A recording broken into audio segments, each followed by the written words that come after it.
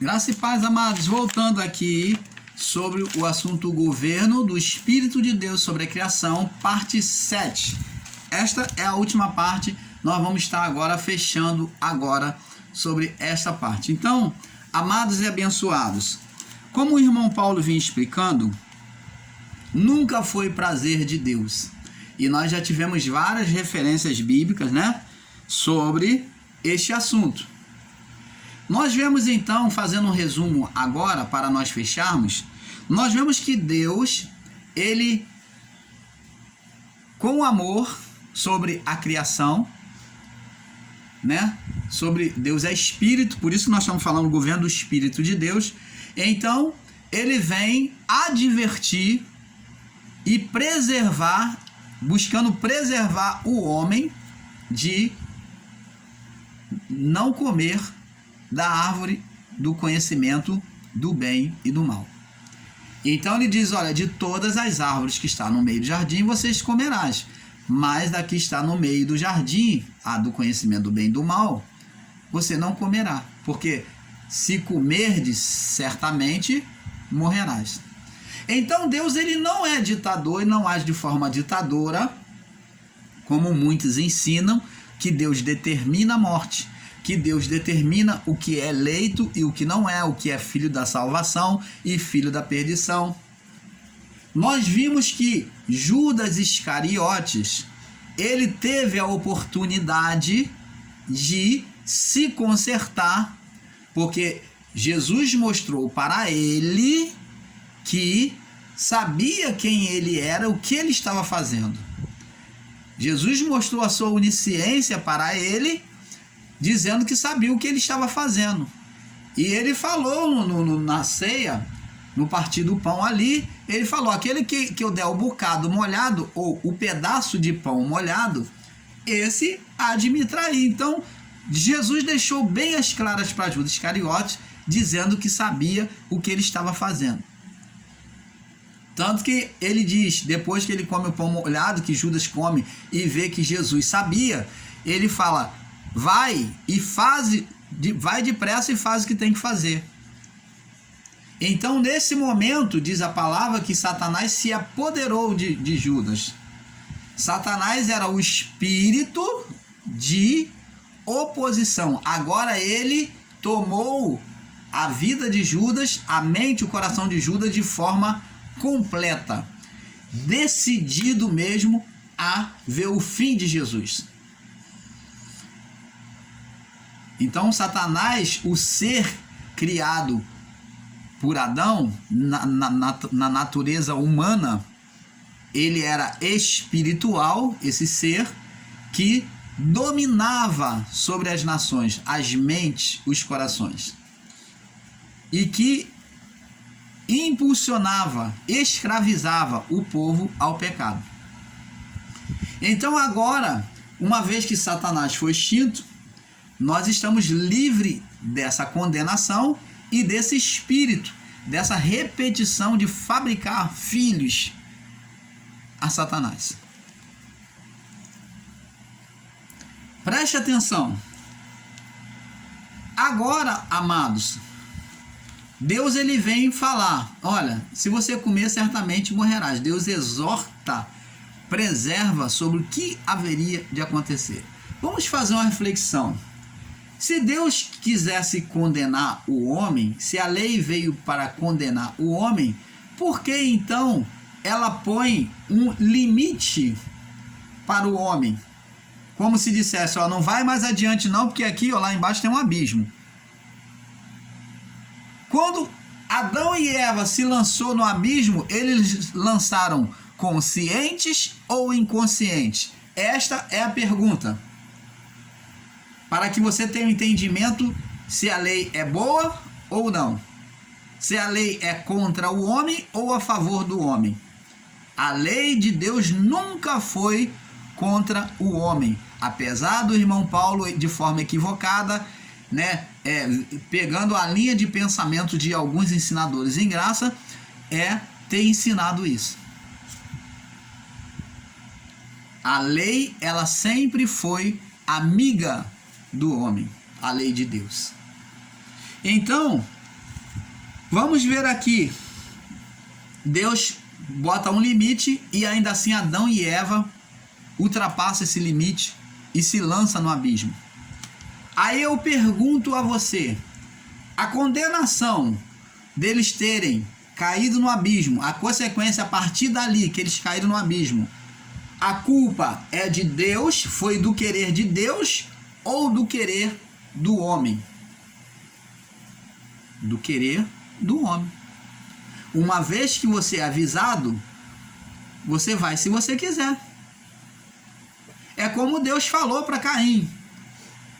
Após ter rejeitado o sacrifício dele, ele andou triste e Deus falou, Caim. Deus chegou até ele e falou, Caim, por que andas irado? Por que descai o teu semblante? Por que você está com ira no seu coração? Por que você está triste? Olha, diálogo amigável. Diálogo de pai para filho. Por que andas irado? Olha, que maravilha. Por que descai o teu semblante, meu filho?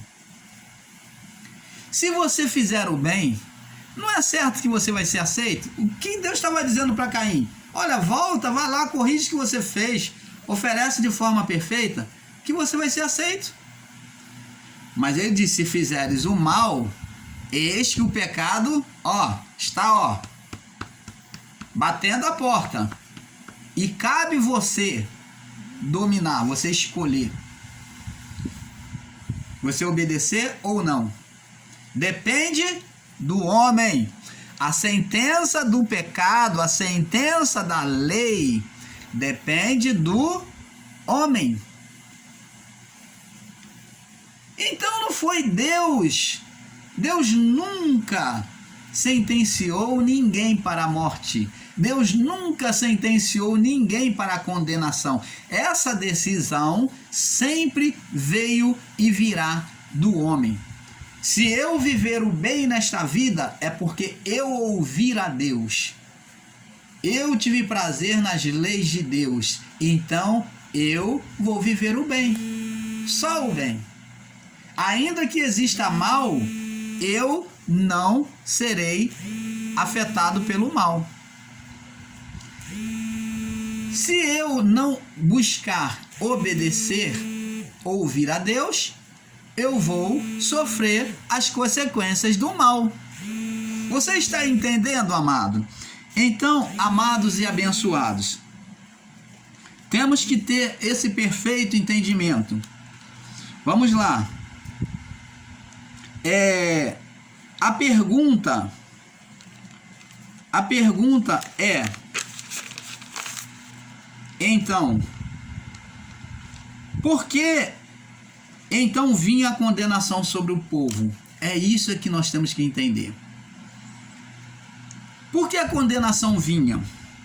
Porque, como já foi explicado, temos que entender que, em primeiro lugar, que somos espíritos que procedem do Pai. Deus, quando criou Adão, foi espírito que procedeu de Deus, do fôlego de Deus. E que diante de uma lei espiritual, que diante de Deus, diante da lei de Deus, da preservação de Deus, da lei de Deus, tem a sua manifestação sobre a carne. Porque a carne, por isso a carne condenava, por isso que a lei de Deus condenava a carne, pois fazia oposição a Deus. Vamos ver aqui no livro de Gênesis. Aqui vamos ver. Deus, quando o homem pecou, ele, em momento algum, ele amaldiçoou o homem. Mas vamos ver sobre quem Deus amaldiçoou. Ele lançou a sentença de maldição. Então, disse... quem te mostrou que estava nu? Deus disse para o homem: comeste da árvore que te ordenei que não comesse? Então disse Adão: a mulher que tu me deste por companheira, ela me deu da árvore e eu comi. Mas ele era o responsável. Ele culpou a mulher e eu comi. Disse Deus à mulher. Agora Deus se voltou para a mulher, querendo ouvir a mulher. Deus ouve o homem. Ele ouviu cada parte. Disse Deus à mulher: por que fizeste isso? Deus só falou só de provocação, ele sabia da verdade. Disse a mulher, a serpente me enganou e eu comi. Agora, preste atenção. Agora Deus vem trazer uma sentença sobre a serpente.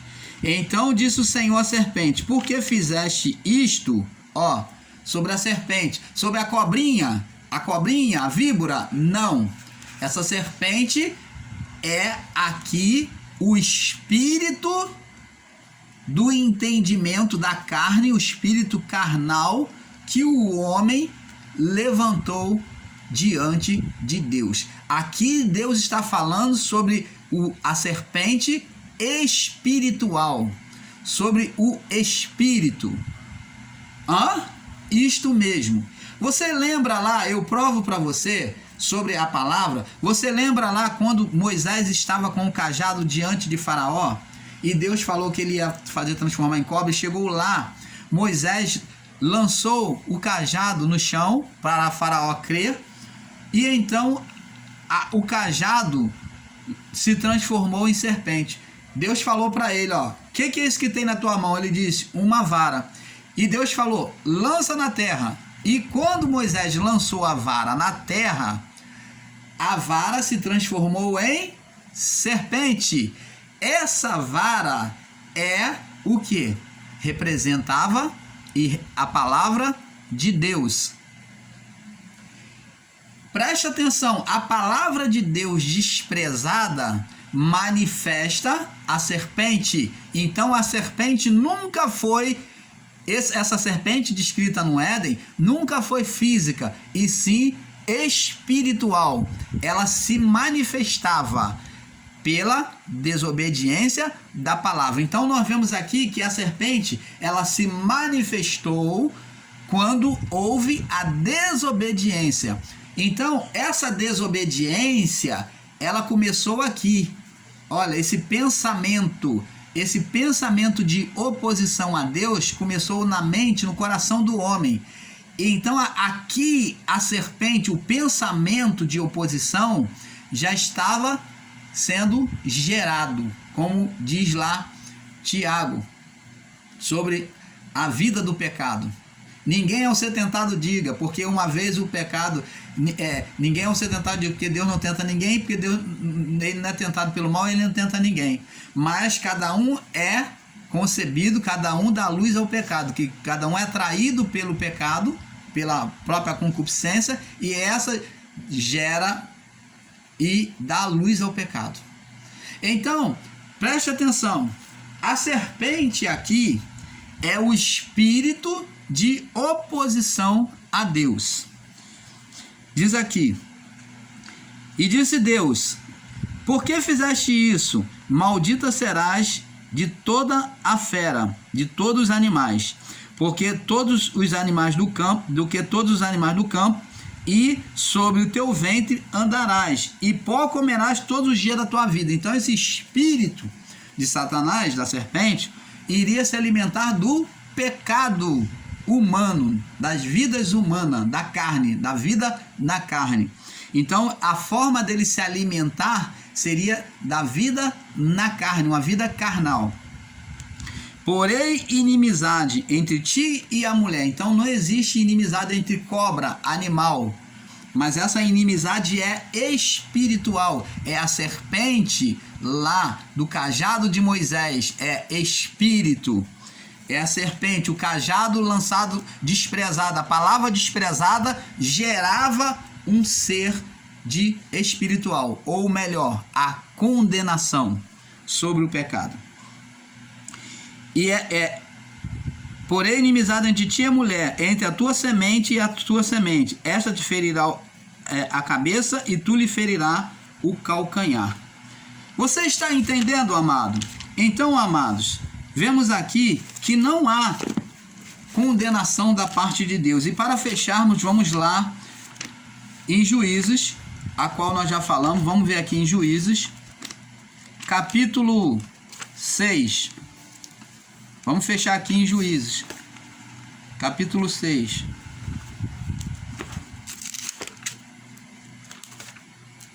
Juízes, capítulo 6. Juízes, capítulo 6. Vamos ver aqui.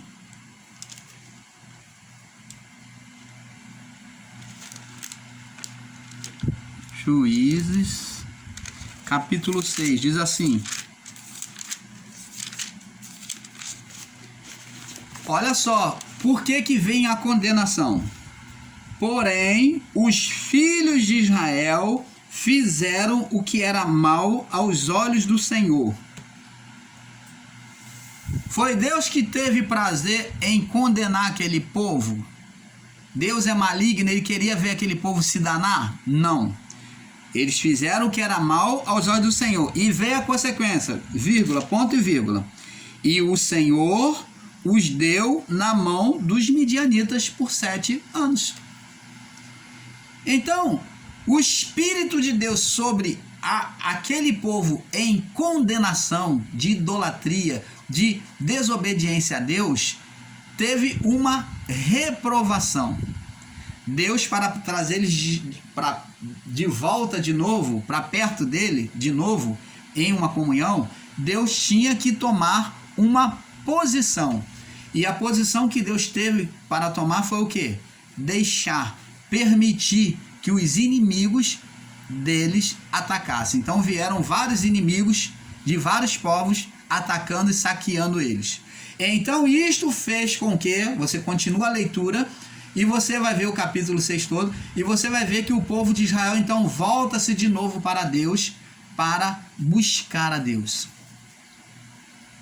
Então, Deus se volta para o povo e repara aquele dano que o povo estava sofrendo.